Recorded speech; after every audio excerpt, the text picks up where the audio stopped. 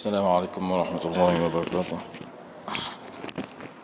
أعوذ بالله من الشيطان الرجيم. بسم الله الرحمن الرحيم. الحمد لله رب العالمين، وبه نستعين على أمور الدنيا والدين، والصلاة والسلام على سيدنا ومولانا محمد أشرف الأنبياء والمرسلين وعلى آله وصحبه أجمعين. سبحانك لا علم لنا إلا ما علمتنا إنك أنت العليم الحكيم. رب اشرح لي صدري ويسر لي أمري واحلل عقدة من لساني يفقه قولي، ولا حول ولا قوة إلا بالله العلي العظيم. أما بعد. Kemarin kita telah mempelajari beberapa sifat orang-orang yang bertakwa yang terkandung di awal surah Al-Baqarah, yang bermula dengan Alif Lam Mim dzalikal kitabu la raiba fihi hudan lil muttaqin, dan seterusnya. Alif Lam Mim itu, lam itu dibaca 6 harakat, dan mim juga dibaca 6 harakat, dibaca panjang. Lam mim, panjang. Tetapi jangan kita lupa, antara lam dengan mim itu ada dengung yang perlu dibaca sebanyak 2 harakat. Jangan kita baca Alif Lam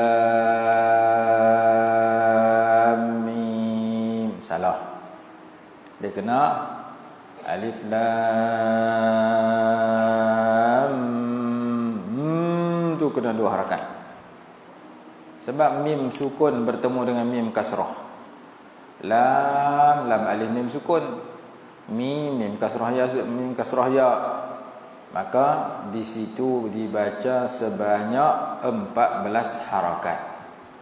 6 harakat pada lam, 6 harakat pada mim, dan 2 harakat pada dengung tu. Jangan tak ada dengung situ. Situ setengah orang dia tak dengung, dia pakai Alif Lam Mim, Lam Mim terus. Patutnya Lam Mim, tu nak kena 2 harakat, dengung. Jangan tak ada dengung terus. Seperti kita baca wa mimma razaqnahum yunfiqun, wa mimma razaqnahum yunfiqun. Mim 2 harakat, 2 harakat. Tu tempat-tempat dengung ni kena 2 harakat, jangan kurang daripada itu. Baik, hari ini kita masuk sekumpulan yang kedua, yang merupakan sifat-sifat orang yang bertakwa, di mana kumpulan yang kedua ini terkandung di dalam surah Ali Imran ayat 123 sehingga 128. Allah berfirman, wasari'u ila maghfiratin min rabbikum wa jannatin 'arduha as-samawati wal ardu u'iddat lil muttaqin. Dan bersegeralah kamu semua kepada memperolehi ataupun kepada mendapatkan keampunan daripada Tuhan kamu, dan syurga yang lebarnya seluas 7 petala langit dan 7 petala bumi, yang disediakan kepada orang-orang yang bertakwa. Jadi Allah suruh kita bersegera mendapatkan 2 perkara. Yang pertama keampunan, yang kedua syurga. Kita kena segera pergi ke aktiviti-aktiviti, amalan-amalan yang mengundang keampunan Allah. Ada ulama karang kitab tajuk amalan-amalan yang menghapuskan dosa. Banyak amalan-amalan menghapuskan dosa ni. Rumah saya ada beberapa buah kitab. Buat macam ni dosa gugur, buat macam ni dosa terhapus, buat macam ni dosa tak ada. Dan tu akan datang ada masa lapang kita bicarakan tajuk amalan-amalan penggugur dosa. Jadi apa-apa amalan yang boleh menggugurkan dosa, kita segera pergi cari amalan itu. Seperti kita berulang alik ke masjid. Apabila kita ambil sembahyang dengan sempurna di rumah, kita pergi masjid, setiap langkah yang kita langkah itu menggugurkan dosa, menambah pahala. Lagi jauh rumah kita dengan masjid, lagi banyak langkah yang kita lakukan. Maka setiap langkah itu gugur dosa. Kalau orang main naik kereta, naik gerek, naik motor, dia tak langkah banyak. Dia langkah masa turun motor lah. Maka dikiaskan kepada langkah itu dengan pusingan roda itu. Ulama kata pusingan tayar itu sebagai dikiaskan kepada langkah-langkah itu. Kalau rumah kita 100 langkah, 100 dosa kita gugur. 100 darjat, 100 pahala kita dapat. Tambah orang pergi Mekah daripada Malaysia pergi sana, kalau jalan langkah, jalan kaki, berapa juta langkah, berapa juta dosa yang gugur. Ada hadis di dalam kitab Targhib wa Tarhib karangan Al-Hafidh Al-Mundhiri rahimahullah, hadis tentang orang yang pergi Mekah dapat pahala, gugur dosa, naik darjat menurut langkah-langkah yang perlu ditempuhi dalam perjalanan ke Mekah. Kita kalau langkah kaki saja rebah mati kot jalan gitu, maka kita naik kapal terbang. Naik kapal terbang kalau disamakan dengan langkah, berapa juta langkah, berapa juta dosa yang gugur, berapa dosa pahala yang kita, berapa banyak pahala yang kita dapat. Ada di kalangan para sahabat masa mereka nak pergi masjid, mereka langkah dekat-dekat. Tujuan dia nak bagi banyak langkah, supaya banyak langkah itu banyak pahala. Jadi itu salah satu contoh yang boleh kita berikan tentang keampunan dosa. Ada ulama kata, dalam bab kebaikan ni kita kena pergi buat. Berbeza dengan rezeki. Rezeki Quran kata berjalan, tapi kebaikan ni bersegera. Fastabiqul khairat, berlumba-lumbalah kamu dalam melakukan kebaikan. Wasari'u ila maghfirah, bersegeralah kamu, bercepatlah kamu dalam mencari keampunan Tuhan kamu. Wa jannatin, dan mencari syurga yang lebarnya seluas langit dan bumi, yang disediakan kepada orang yang bertakwa. Itu dalam bab mencari keampunan, dalam bab melakukan kebaikan, pulunlah kamu. Tapi dalam bab cari rezeki, Allah sebut berjalanlah kamu. Jadi berjalan dengan berlari ni tak sama. Kamu nak dekat dengan Allah, berlari. Fafirru ilallah, berlarilah kamu menuju kepada Allah. Ataupun berhijrahlah kamu menuju kepada Allah. Inni muhajirun ila rabbi sayahdin.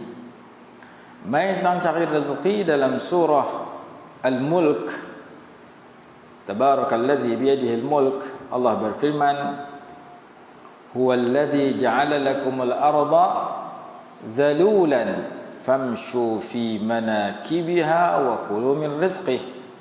Dialah Allah yang telah menjadikan bumi ini mudah bagi kamu. Famshu, maka berjalanlah kamu, fi manakibiha, di segenap pelusuk bumi. Wa kulu min rizqih, dan makanlah daripada rezekinya. Dalam bab cari rezeki Allah Ta'ala kata berjalan. Dalam bab cari keampunan Allah kata bersegera. Jadi beza antara berjalan dengan bersegera ni. Berjalan lambat, bersegera laju. Macam kita bang dengan qamat.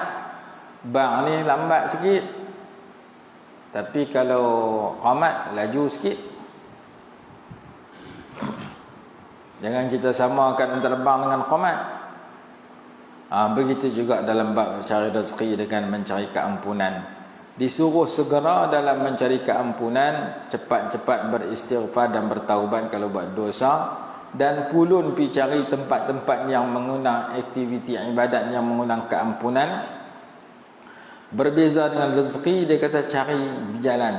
Abang kata rezeki boleh dicari, tapi jangan sehebat beribadat. Ibadat kena lebih pada rezeki. Maksud dia kalau bertembung ibadat dengan rezeki, tinggal saat rezeki, tempat rezeki tu pergi semayang dulu.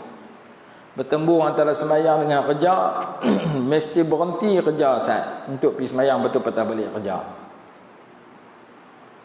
Sesuai dengan yang berbunyi, kenyataan yang berbunyi i'mal lidunyaka ka'annaka ta'ishu abada wa'mal li akhiratika ka'annaka tamutu ghada.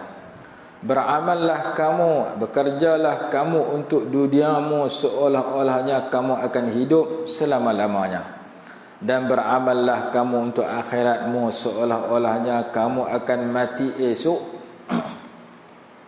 Jadi kita tengah duduk kerja, contohnya kita berniaga, ataupun kita duduk dalam bendang kita, ataupun kita duduk mengair ikan. Kita pergi mengair ikan pukul 11 pagi, masuk lohak pukul 1, pukul 2, kita target tak mau balik ya. Pasal apa? Bekai bawa dah. Bila makan tengah hari ada lah dalam terpawai duduk tepi kita. Saya keluar main mengaikan tepi sungai ni pukul 10 pagi, 11 pagi, target nak balik pukul 6 petang. Sebanyak mungkin ingat ikan ni nak bagi dapat. Tapi antara pukul 11 pagi dengan 6 petang tu ada satu semayang, dua semayang, lohak dengan asap. Maka ketika masuknya Zuhur pukul 1.30, pukul 2, kita masih duduk cari rezeki lagi, duduk tunggu ikan makan umpan kita. Masuk waktu Zuhur, maka ketika itu bertembung antara dua pekerjaan. Satu pekerjaan dunia, cari ikan untuk kita makan atau kita jual. Satu pekerjaan akhirat, iaitu sembahyang luhur 4 rakaat. Maka bila bertembung dua perkara itu, tengok hak mana lebih nak jumpa dulu. Maka dikatakan, bekerjalah kamu kerana dunia seolah-olahnya kamu nak hidup selama-lamanya. Bekerjalah kamu untuk akhirat, beramallah kamu untuk akhirat macam kamu nak mati besok. Bertembung hak nak duduk lama dengan hak esok, terutama hak esok. Maksudnya berhenti semayang dulu 4 rakaat, lepas tu sambunglah mengaikan sampai asar pula. Jangan kita tinggal hak kewajipan yang kita nak berjumpa besok, iaitu akhirat. Akhirat ni macam nak jumpa besok dah. Bahkan dalam Quran sebut wal tanzur nafsum ma qaddamat liqadin. Kita akan jumpa ayat tentang bertakwa. Ya ayyuhalladzina amanu taqullaha wal tanzur nafsum ma qaddamat liqadin wattaqullaha innallaha khabirum bima ta'malun. ولا تكونوا كالذين نسوا الله فأنساهم أنفسهم أولئك هم الفاسقون. Ayat 18 dan 19 dalam suratul Hasyr. Ya ayyuhalladzina amanu taqullaha, wa orang beriman bertakwalah kamu kepada Allah. Wal tanzur nafsum ma qaddamat liqadin. Naklah perhati tiap-tiap diri oleh tiap-tiap diri manusia, melihat dan memerhatikan apa yang telah ia sediakan untuk hari esok. Apa saya buat hari ini, apa saya buat di dunia ini untuk hari esok yang dekat, iaitu akhirat. Akhirat ni terlalu dekat dengan kita. Bila Allah Ta'ala habaq malaikat tahan nafas dia, jangan bagi dia sambung nyawa, bertemulah kita dengan akhirat. Sehingga kan ada ayat lain menyatakan kehidupan kita 60-70 tahun di dunia, apabila kita melihat suasana akhirat, kita merasakan kehidupan 70 tahun itu serupa dengan 7 jam saja. Kehidupan kita 60 tahun serupa dengan 6 jam saja, berbanding dengan kehidupan akhirat yang lebih lama dan tidak ada kesudahan. Allah berfirman dalam ayat yang berkenaan, ka'annahum yawma tarawnaha lam yalbathu illa 'ashiyatan aw duhaha.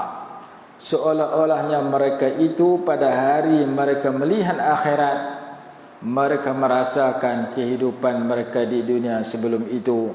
Tidak mereka menetap di dunia melainkan hanya asyiyah, sepetang, au duhaha, ataupun seduha. Seduha mana sepagi. Pasal apa sepagi? Kerana waktu duha pagi ya. Waktu duha setengah jam lepas terbit matahari berakhir zuhur. Kalau kita kata masuk duha 7.30, 8.30, 9.30, 6, 10.30, 11.30, 12.30, 1.30, 6 jam. Hidup kita 60 tahun, kita mati, kita merasakan seolah-olahnya hidup 6 jam saja. Kerana akhirat itu lebih lama daripada itu. Akhirat ribu-ribu tahun, juta-juta tahun, bilion-bilion tahun, tidak ada kesudahan. Dan ayat ini dibaca bagi mempermudahkan perempuan bersalin. Ada dalam kitab Tarbiyatul Aulad, Nabi SAW pesan suruh pergi baca kepada seorang perempuan nak bersalin supaya mudah beranak. Ka'annahum yawma yarawnaha lam yalbathu illa 'ashiyatan aw duhaha. Mereka tidak menetap melainkan sepagi atau sepetang. Maksudnya nak bagi mudah baby itu, bayi itu dilahirkan dengan secepatnya. Nanti kita baca hadis tu, doa tu, wirid tu, ataupun bacaan itu daripada kitab apa dan apa ayat yang nak dikembang ketika perempuan nak bersalin dibaca di sisi perempuan itu. Salah satunya ayat tadi. Baik, Allah Subhanahu Wa Taala kata buat apa, perhati apa kamu nak buat hari ini untuk kamu berjumpa besok balasan dia. Seolah-olahnya akhirat ini esok nak jumpa dah. Dan itulah sebab dinamakan dunia. Dinamakan dunia kata sebagian ulama lidana atiha, kerana hinanya dunia berbanding dengan mulianya akhirat, mulianya syurga. Pendapat kedua menyatakan dinamakan dunia ay lidunuha ay liqurbiha minal akhirah, kerana hampirnya ia kepada akhirat. Jadi Allah Subhanahu Wa Taala ajak ke kita bila berjumpa hak kita duk kerja cara dunia, seperti contoh saya buat tak saat duk mengai ikan di sungai, tiba-tiba bertemu dengan zuhur. Hak zuhur ni benda akhirat, benda ibadat. Hak mengai ikan ni esok ada lagi, lusa ada lagi, tahun depan ada lagi. Kerana seolah-olah hanya kita nak hidup lama. Tapi hak akhirat, kalau mati esok, mati hari ini, apa kita nak jawab? Kerana kita meninggalkan satu kewajipan yang amat besar, fadilatnya, dan kalau ditinggalkan amat buruk dosa dan azabnya, iaitu sembahyang zuhur. Walaupun sembahyang zuhur tu 5 minit, tapi kalau kita sembahyang pahalanya begitu besar. Kalau seseorang tu tak sembahyang, siksanya begitu lama. Orang tak sembahyang ni begitu lama siksa dia. Kalau dalam Quran sebut labisina fiha ahqaba, orang duduk dalam neraka tu berkurun-kurun. Ahqab makna berkurun-kurun. Satu kurun 100 tahun. Bahkan ada ayat lain kata wa inna yawman 'inda rabbika ka alfi sanatin mimma ta'uddun. Sesungguhnya satu hari di sisi Tuhan kamu seperti 1000 hari yang kamu bilang, yang kamu hitung. Sehari di akhirat serupa 1000 hari 1000 tahun di dunia. Kita hidup di dunia mana ada sampai 1000 tahun, 100 tahun pun payah jumpa. Sehari di akhirat serupa 1000 tahun di dunia. Betapa lamanya di akhirat. Jadi kita diajak berjumpa akhirat dengan dunia, tinggal saat dunia, pi akhirat dulu, lepas tu patah balik dunia. Berjumpa antara kerja dengan semayang, berhenti saat pi semayang, lepas tu pi kerja balik. Berjumpa antara meniaga pada malam dengan semayang maghrib, berhenti saat semayang maghrib, lepas tu sambung meniaga balik. InsyaAllah tak apa, tak semayang di situ, balik semayang di rumah. Yang penting maghrib, kalau kamu duduk pada malam nak tunggu balik semayang di rumah, jamaah tak akhir, tak payah. Pasal bertembung antara akhirat ni kamu nak jumpa esok. Dunia lusa ada lagi, dunia tahun depan ada lagi.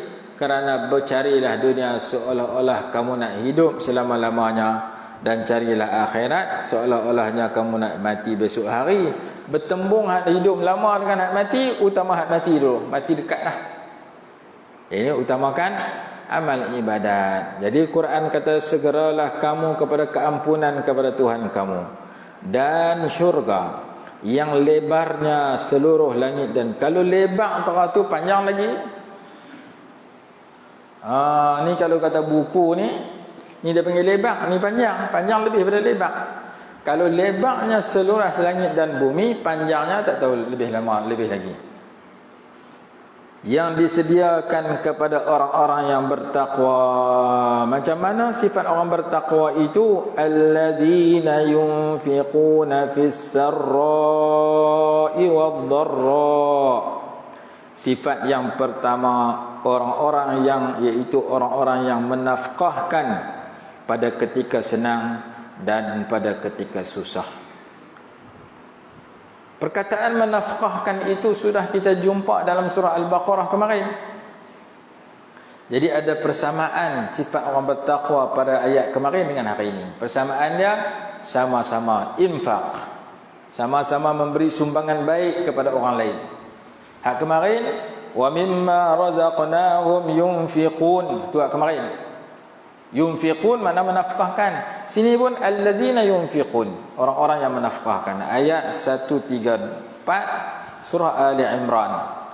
Alladzina yunfiquna, yang di mana orang bertakwa itu yang Allah sediakan syurga kepada mereka.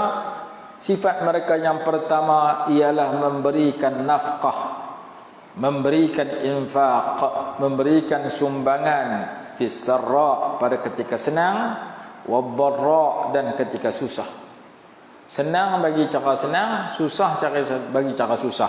Tapi sifat mereka suka bagi, suka infak. Hak senang bagi 1,000, hak susah bagi sekupang. Hak senang buat kenuri di masjid, orang makan ratus-ratus orang. Hak susah beli nasi lemak sebungkus bagi kat jiran sebelah rumah, bungkus RM1. Hak senang buat kenuri RM100, RM500.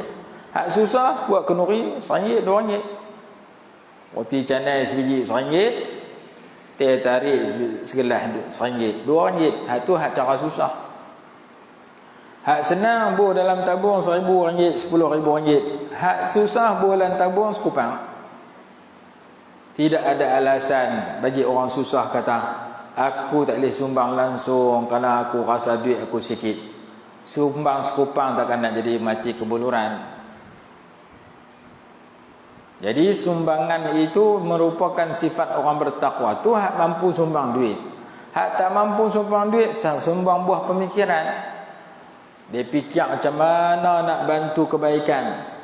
Contoh, aku nak bagi duit untuk bayar kerana masjid, kerana surau, aku tak mampu. Nak bagi duit untuk bayar ayak masjid, ayak surau, aku tak mampu.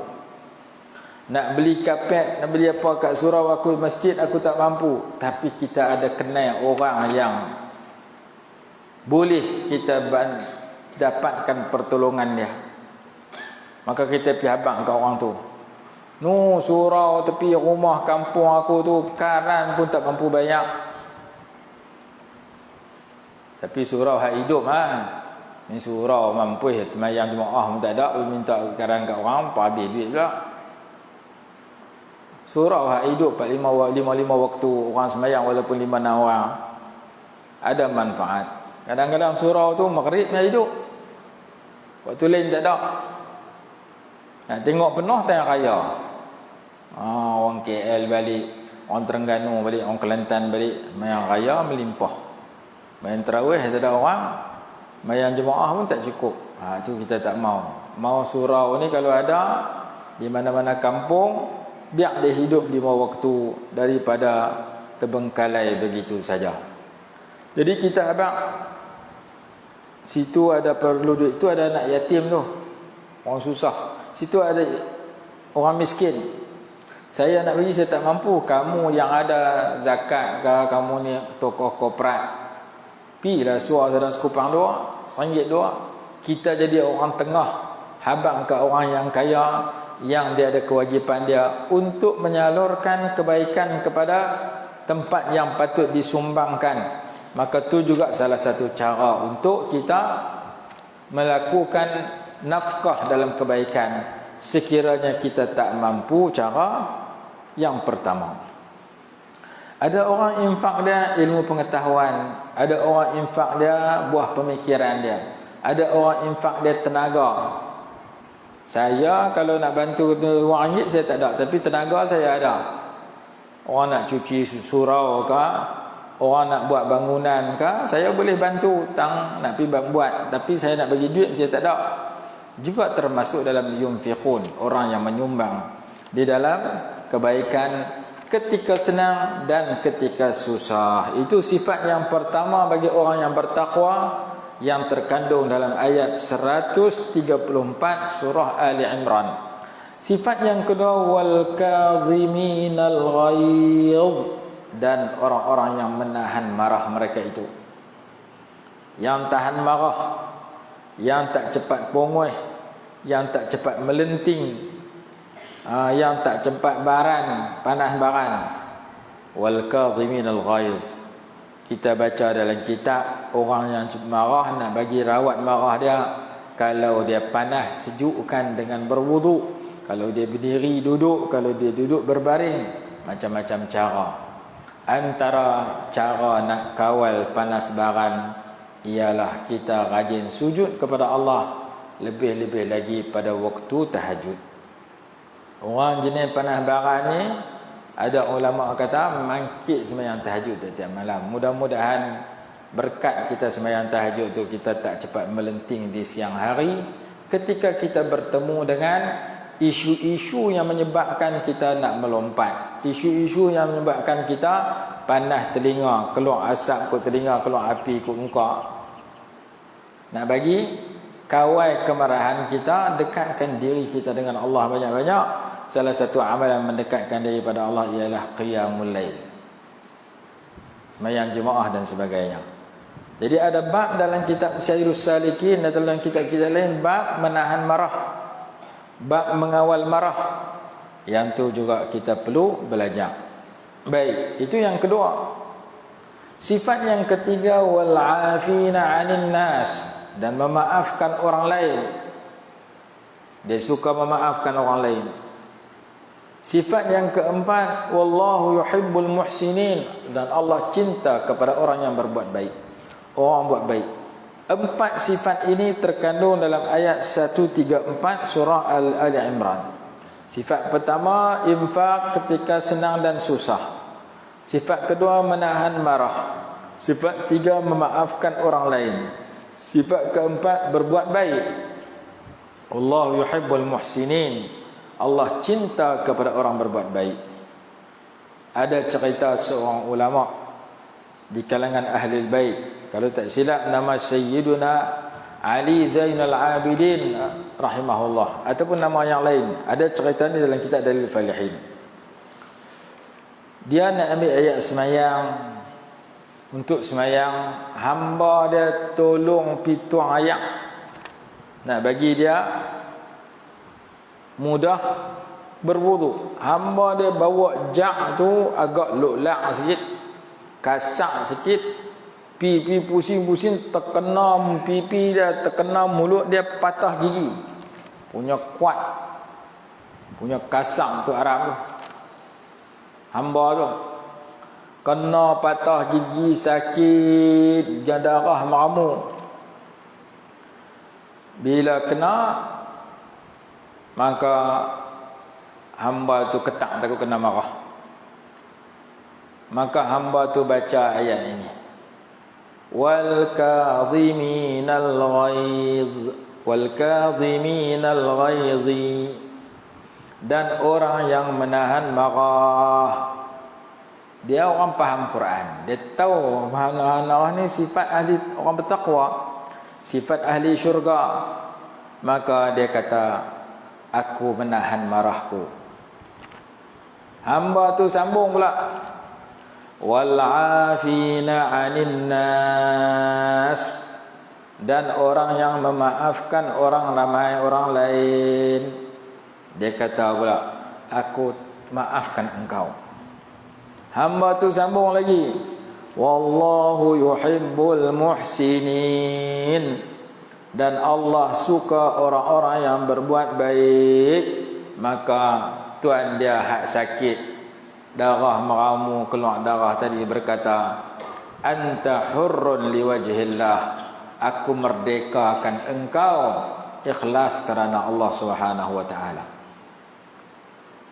Kawan tu buat jahat kada, dia balas dengan memerdekakan kawan tu, kerana mengamalkan 3 ayat ini.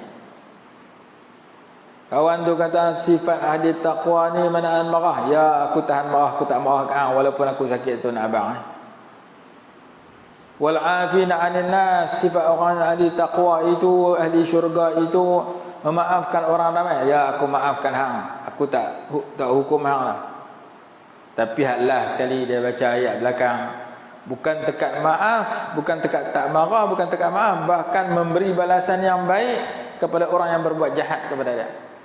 Kawan tu buat jahat ke dah, pusing apa jak ayak sampai patah gigi dah, dia sakit tentu nak abang dah, tapi balasan dia memerdekakan hamba itu.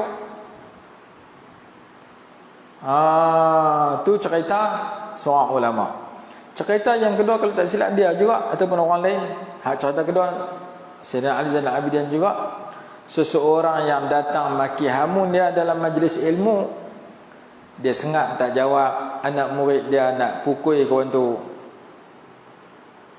Dia masuk dalam bilik dia, pergi ambil duit ribuan ringgit kalau zaman lah, dinar punya duit, dan madu lebah yang mahal dihadiahkan kepada kawan yang maki hamun dia. Orang tanya apa siapa kawan ni main maki hamun, kamu bagi duit, bagi madu lebah kat orang tu, patut kena bagi tongkat, patut kena pukul kawan tu. Dia kata setiap orang menyumbangkan ataupun membelanjakan apa yang ada pada dirinya. Setiap orang bagi kepada orang lain apa yang ada pada diri dia. Kalau dalam diri dia jahat, dia bagi jahat-jahat ke orang. Dalam diri dia maki hamun, dia bagi maki hamun ke orang. Tapi dalam diri orang yang pemaaf, dalam diri orang yang pemurah, dia akan bagi kemaafan kepada orang tu. Orang yang pemurah, dia akan pamerkan kemurahan kepada orang lain. Maka orang yang mendengar, melihat perbuatannya itu, orang main kutuk dia, dia bagi layanan yang baik, maka orang tu bertaubat pada ketika itu juga. Aku minta maaf, saya minta maaf kalau saya datang maki hamun kepada Tuan Guru. Sebenarnya saya diupah untuk datang maki hamun Tuan Guru, menjatuhkan moral maruah Tuan Guru di hadapan orang ramai. Tiba-tiba Tuan Guru tak marah kat saya, tak pukul saya, tak suruh orang pukul saya, bahkan Tuan Guru bagi duit kat saya. Duit yang Tuan Guru bagi lebih banyak, berlipat kali ganda daripada upah yang saya dapat daripada orang yang suruh. Saya dapat upah RM50, Tuan Guru bagi kat saya RM1000. Saya main maki hamun, tujuan dia nak laksanakan usuhan seseorang, Tuan Guru bagi hadiah pula kat saya, boleh dapat madu lebah yang mahal. Saya bertaubat, saya berhenti daripada masuk geng dia, saya masuk geng Tok Guru pula. Tu hanya ada dalam kitab. Kita segi praktik, kita nak praktik payah. Orang main ambil kasut kita pun kita maki per hari.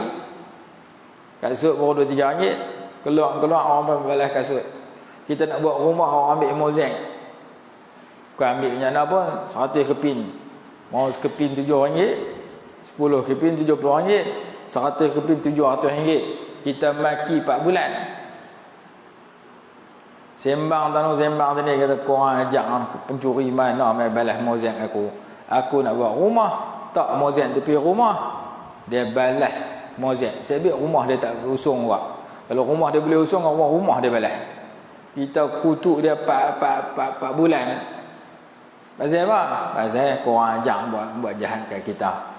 Tapi kita baca cerita orang yang memaafkan orang ni, kita tak sampai tahap tu. Buat baik kepada orang buat jahat. Dan itulah yang disebut dalam sejarah. Orang Yahudi buang sampah, buang najis depan rumah Nabi SAW setiap hari. Satu hari tengok tak ada. Maka Nabi SAW pergi ziarah dia. Minta izin masuk dalam rumah dia. Dia tanya, mai buat apa rumah saya? Kamu jiran aku. Apabila aku dengar cerita jiran aku sakit, aku kena ziarah dia. Yahudi itu fikir dalam hati, dalam keadaan kejahatan yang buruk yang aku buat kat dia, dia masih mai ziarah aku ketika aku sakit. Maka Yahudi itu menyesal di atas perbuatannya, kagum dengan sikap mulia yang dilakukan oleh Nabi SAW. Maka Yahudi itu memeluk Islam. Itu ada satu cerita dalam kitab ni. Riwayat dia sahih ataupun dhaif, wallahu alam. Tapi ada cerita Nabi SAW membalas kejahatan seorang Yahudi yang sentiasa buang najis, buang kotoran depan rumah Rasulullah untuk menyakiti hati Rasulullah. Tapi Rasulullah tahu dia ni jahil, kalau dia kerti dia tak akan buat jahat aku ni. Tiba-tiba dia sakit, Rasulullah pergi ziarah saja, menyebabkan dia bertaubat dan memeluk Islam. Kita duduk dalam taman, kita duduk dalam kampung, ada orang tak masuk dekat dengan kita. Jumpa dalam masjid surau, tak jumpa, dia tak main masjid, dia tak pergi surau. Tapi kita jumpa tepi kedai ayam tebu, dia nak beli ayam tebu, kita nak beli ayam tebu, dia senyum kat kita pun tak. Pasal apa? Hang untuk lebay, aku kaki pakai seluar pendek. Hang semayang cukup 5 waktu, aku tak semayang langsung. Maka hang dengan aku ni jauh, aku geng aku, hang geng hang. Aku nak senyum kat hang, takut hantar orang ni balas balik senyum kat aku. Lah aku buat takti, hang buat takti kat aku. Biar pergi masing-masing. Kerana aku geng lain, hang geng lain. Masa dia beli ayam tebu sebungkus 2 bungkus, kita pergi bayar ke dia. Kita nak beli sebungkus, dia pun nak beli sebungkus. Dia kalau duit nak banyak, kita duit banyak. Dia benci kat kita, dia tak suka kat kita kerana kita pakai lebay, pakai jubah. Kita semayang masjid surau, kita semayang tak tinggal, dia tak semayang langsung. Dia geng dia kumpulan yang lara. Kadang-kadang orang kerja siang, dia kerja malam. Pasal apa kerja malam? Masuk curi rumah orang. Maka ketika dia nak bayar ayam tu, kita tolong bayar ke dia.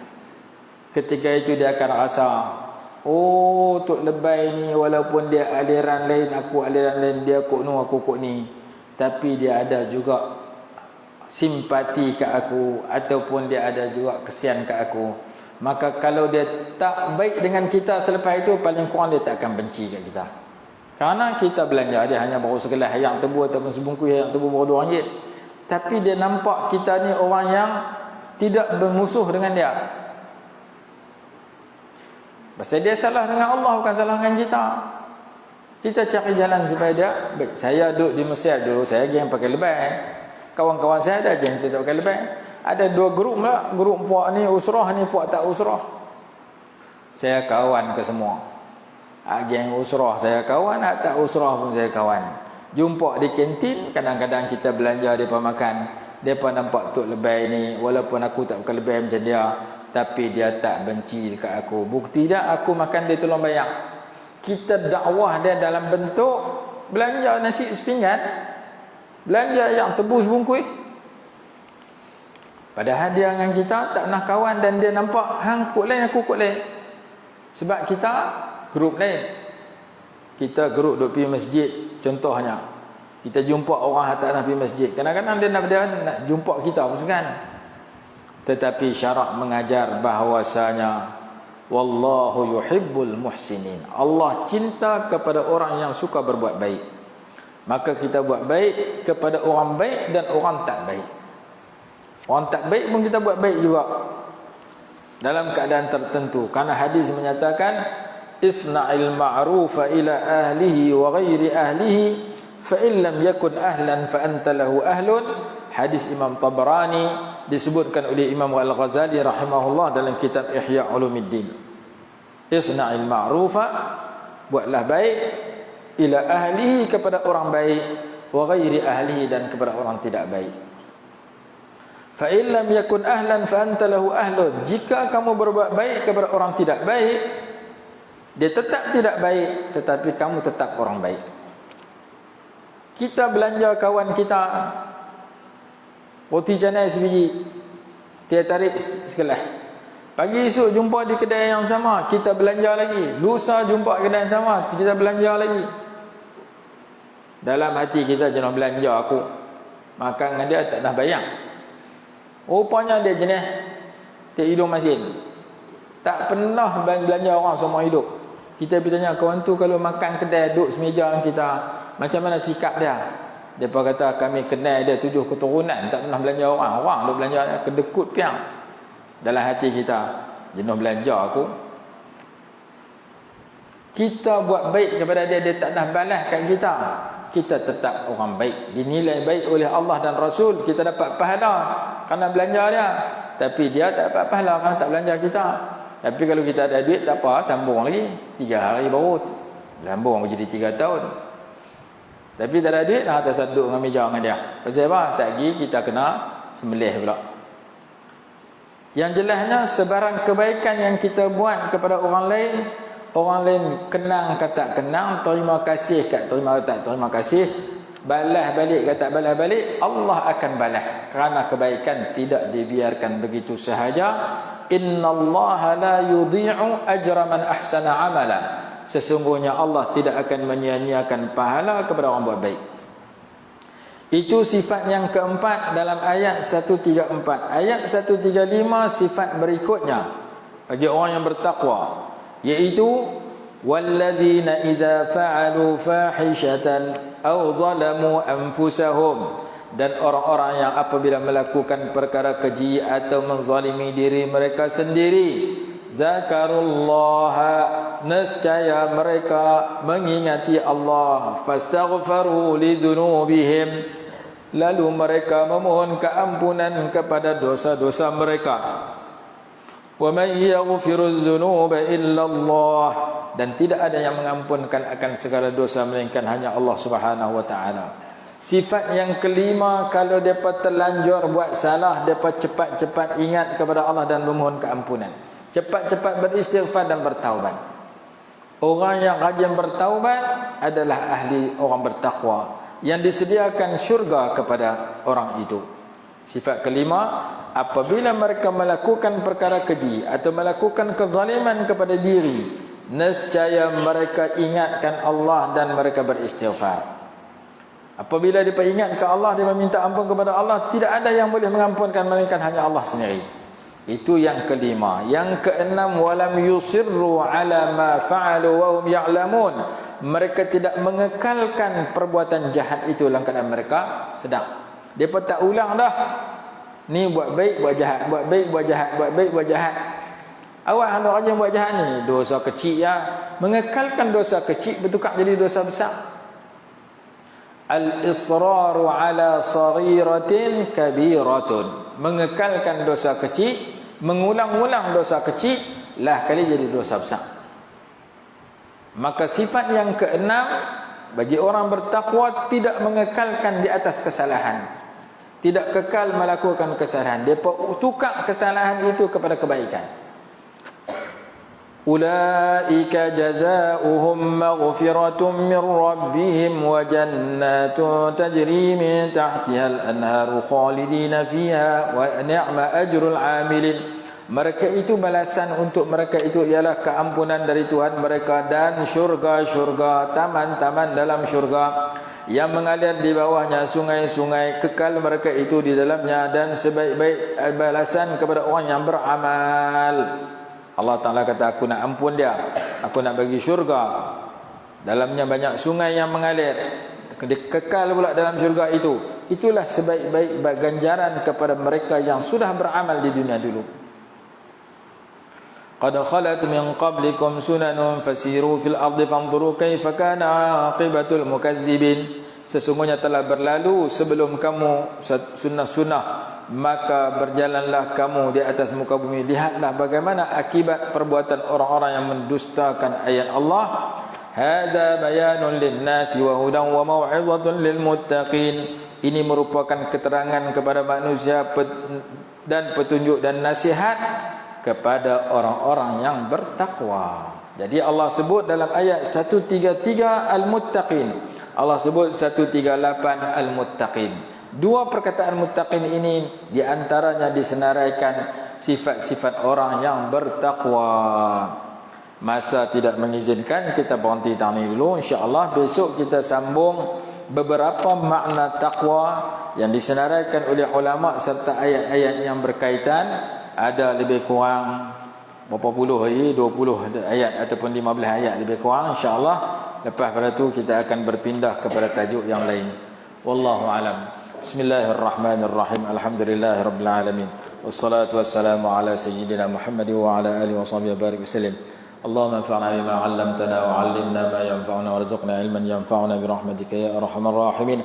Rabbana Allahumma inna nas'aluka al-huda والتقى والعفاف والغنى ربنا آتنا في الدنيا حسنة وفي الآخرة حسنة وقنا عذاب النار صلى الله على سيدنا محمد وعلى آله وصحبه وسلم الحمد لله رب العالمين.